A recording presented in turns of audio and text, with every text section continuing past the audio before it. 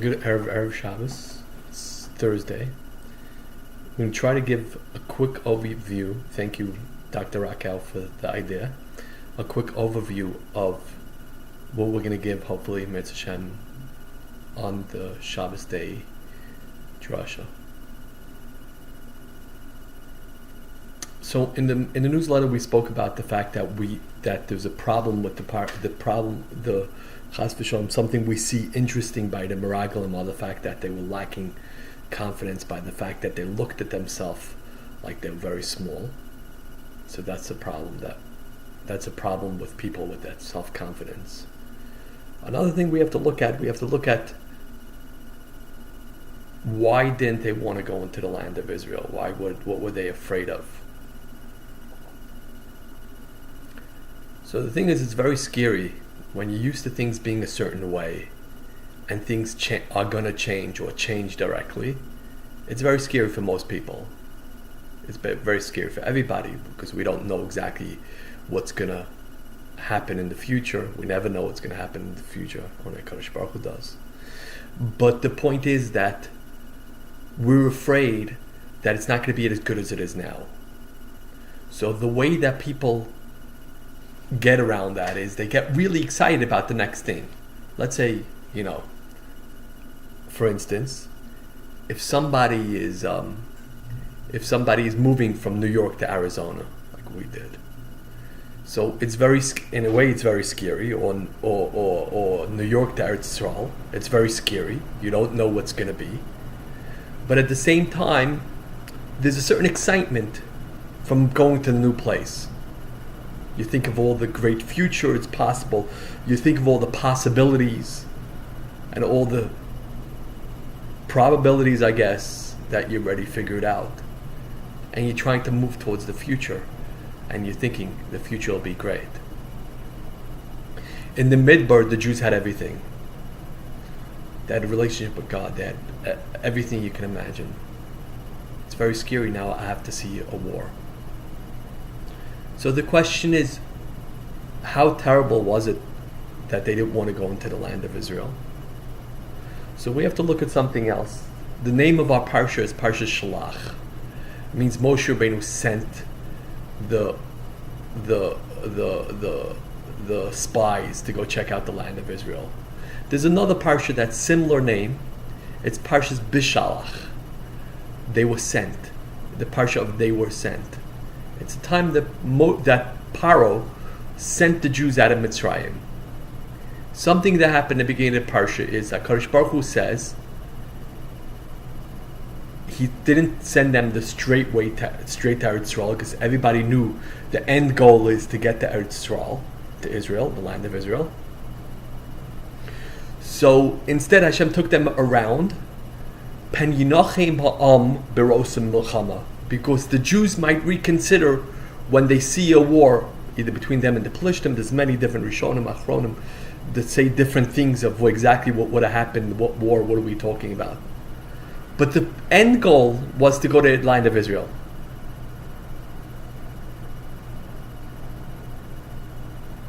There was an interesting story in the news the last week or 2 weeks ago, I'm not sure exactly when, about a kid. He was 30 years old or something like that, and he didn't want to leave his parents' house. So they had to go in front of a judge to have him evicted, to throw him out. The point is that the goal in life is not to live in the parents' house.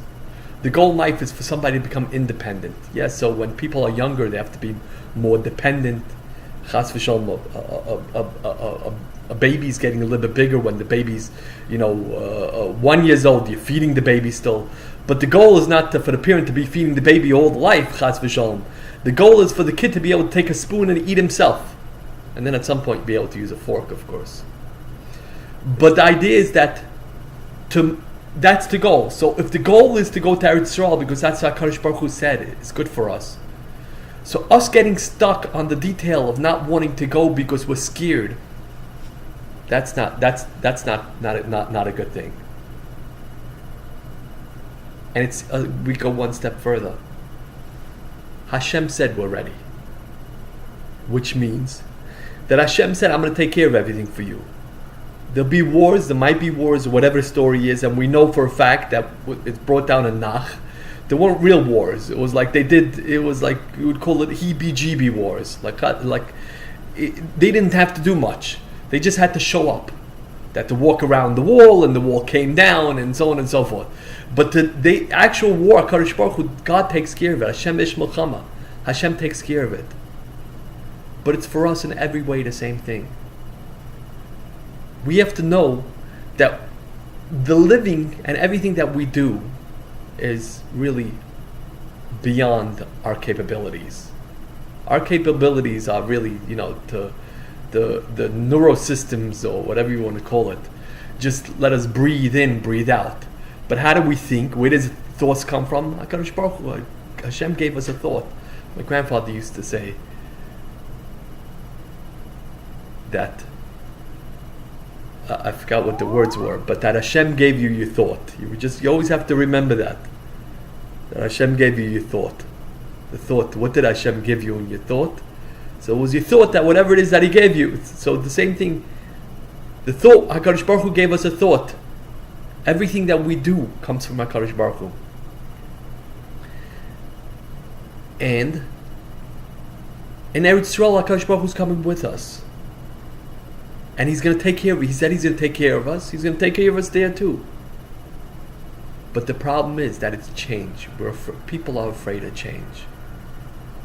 Right now in the Midbar, when they were in the desert, Hashem took care of everything. Food, etc. Food, clothes, everything.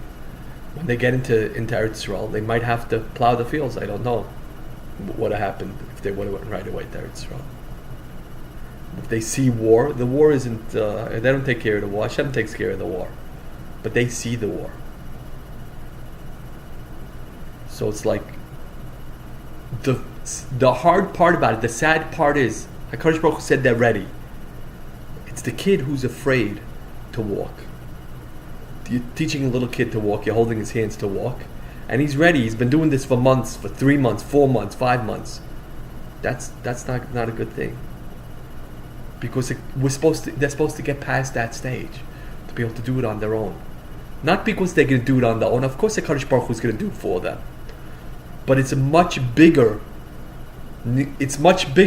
if I see in my everyday life HaKadosh Baruch Hu gave it to me than the miracle that Hashem did to me that HaKadosh Baruch Hu gave me. For instance,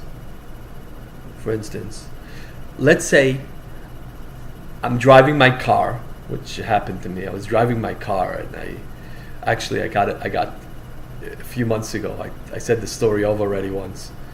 I was driving in my car. I was speeding on the way back to drive Yirmiyah to school, to yeshiva, and I got pulled over by a policeman. And he gave me a warning, whatever the story was.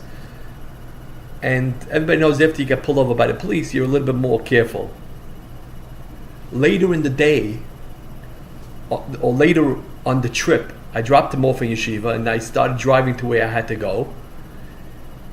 And I was being a little bit more careful. I wasn't driving as quick as I usually drive. Usually in a 40 zone, you drive 45, 46, 47, between 40 and 50. I was driving like 40, and I was being very, very, careful. And because of that, while I was doing that, a truck drove by, and it went through a stop sign, and it went exactly where I was driving. And if I wasn't being more careful, I wouldn't have been able to spin my wheel to pull out of the way, not to get hit. But that's a miracle. But I don't see every miracle that happens every day. When I back out of my driveway and the truck left a minute early, I had to stay in my house for an extra minute or whatever it is. And if I would have been backing out, not watching, and the truck would have hit me, and so on and so forth. But if we could be careful about those things, if we could realize even that's from Hashem, that's a much greater level. Forget the small miracles Hashem does for me all the time, that He's reminding me to remember everything's a miracle. I also have to remember my breathing is from Hashem. My talking is from Hashem. Everything is from Hashem. Our thought process, everything comes from Hashem. That's much greater. And that's the difference between living in the desert, that the Jews were at the beginning of the Parsha, where they were living in the desert, HaKadosh Baruch Hu was feeding them, clothing them, everything, to living in Israel, in the land of Eretz Yisrael, where they would have to do some work, but even that work is really HaKadosh Baruch Hu. And they would have to be thankful for that and realize it's all from Hashem. It's a much harder thing to realize. Hashem should bless us, that we should all have the bracha to realize that everything comes from HaKadosh Baruch Hu, and that He could give us anything. We just have to have the wants and the confidence to go out there and do whatever we have to do, to make whatever change we have to do. And with that, we should have a special relationship with Hashem. Good Shabbos, everybody.